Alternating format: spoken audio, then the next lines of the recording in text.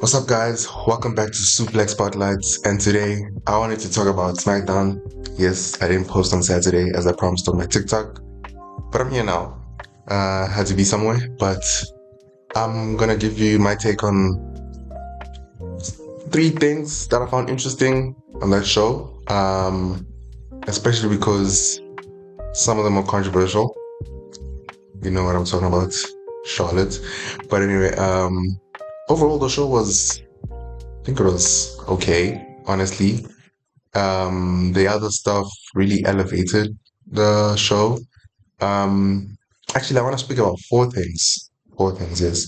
But the other stuff, um, obviously elevated the show. SmackDown is still a miss these days, but it's all right. It's all right. So the first thing I want to talk about is Ray Phoenix's debut against Nathan Fraser, and it was a solid match. Obviously, saved a almost botched move, but it was a solid debut. Good debut for both Lucha brothers. Obviously, Penta on Raw, and he's heading on to becoming a contender for the IC Championship at WrestleMania, potentially. But Ray Phoenix is on to a good start in WWE. Obviously, he had an interview afterwards saying this was like a dream come true, and it was nice seeing him in the ring. And the other thing I wanted to speak about is Charlotte Flair and Tiffany Stratton, their promo segment. Obviously, more of like a build up towards their match. And they went off script at some point. And apparently, it's Charlotte Flair who went off script first. And Tiffany retaliated. No surprises there. No surprises there at all because you gotta defend yourself. And it would have looked bad if she didn't retaliate at all because she's the champion. So kudos to her for basically stepping up for herself. But man, Charlotte Flair, she does this all the time. She does this all the time. I don't understand, like, is she privileged or like she thinks she's privileged? I don't know if she's entitled to something, but like she does this all the time. And to go as far as mentioning that Ludwig Kaiser is in her DMs. I mean, obviously Tiffany did say that she's 3-0 in marriages. 0 and 3. 0 and 3 marriages. Because she's been divorced like three times. But man, like the jabs there were personal and like she has heat and like she has backstage heat now. So they need to fix whatever was happening between the two of them before Mania.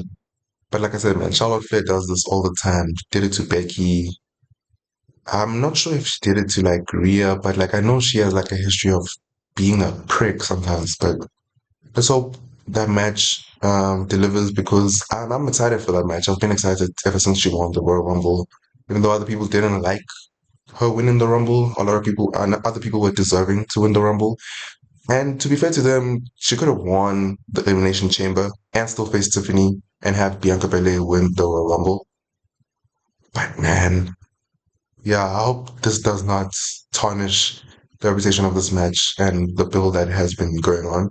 I mean, the build hasn't been smooth sailing either way, but I hope this doesn't rub people off the wrong way. Um, and then, so also I wanted to speak about Kevin Owens. Kevin Owens and Randy in particular.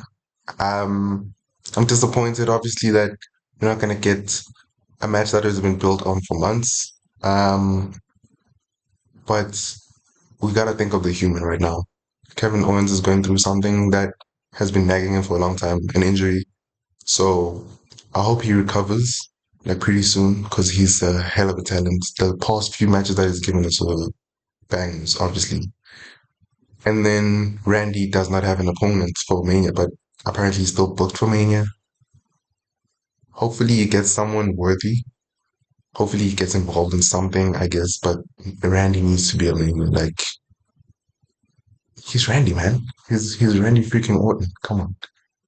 But I'm pretty interested to see what they're gonna do with him. Is he gonna is he gonna just sit this one out? I don't know. We'll see. We'll see. Then finally, I want to speak about the promo segment that happened at the end of SmackDown. But first, I want to mention CM Punk came out the beginning of SmackDown addressing the Chicago crowd, telling them how he basically remembers his WrestleMania experience throughout his career and how his touch of the main event scene was basically being a gunman for John Cena's entrance, probably something like that. Yeah, he was actually a gunman in Chicago in the stadium that they were in. And he was reflecting, but that led up to the main event promo between him, Roman, and Seth Rollins. Obviously, Roman came out, demanded CM Punk to come out, give him answers on what the favor could be. And then, while calling him out, Seth Rollins came out, obviously trying to include himself in the conversation. Like, he felt so out of place. Like, Seth Rollins shouldn't just be there. Obviously, he has history with both of these people, but I felt like he was just there for the sake of being there and laughing at Roman. Honestly, he didn't do much. He just yapped about nothing. Yapped about adapting, him being upset, but he's adapting to control the situation of CM Punk being in the main event of WrestleMania. And then he just laughed at Roman after what happened. I'm gonna explain what happened now. And then he just did. Okay, I expected something more, but cool. Obviously, people are speculating that uh, Paul Heyman might turn on both CM Punk and Roman and be on Seth's side. I don't know. I really don't know about that. But we'll see what happens.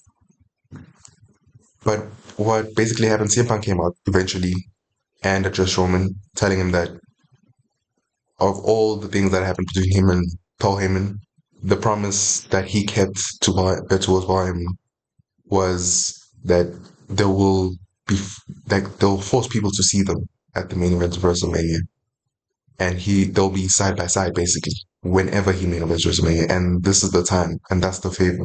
The favor is Paul Heyman being next to CM Punk throughout the match for WrestleMania, and obviously Roman tripped like, "What? Are you serious?" And he obviously Roman, delusional as he is gonna deny it. Like, nah, my wise man will never do that to me. And demanded Paul Heyman to tell CM Punk no.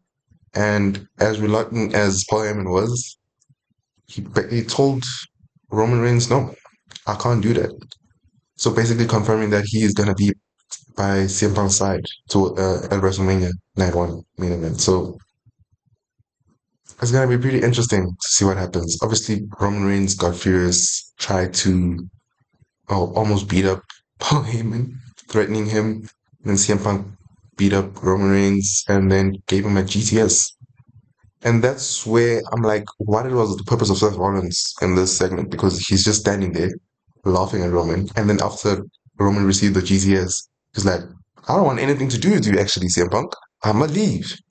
I'm gone. But anyway, so it's to me, this storyline is more of like a personal match to for CM Punk towards WrestleMania, the main event, because firstly, he's main eventing his first WrestleMania. Crazy as it sounds. Even Roman said it, like he's faced legends all over the place, but he's never main evented WrestleMania? That's mad.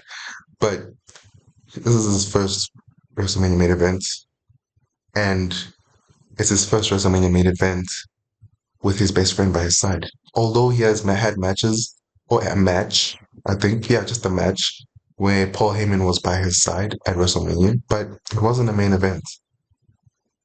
And it's gonna be pretty interesting to see what happens towards Mania. I'm excited. I love that segment because it had so many depths and layers towards loyalty.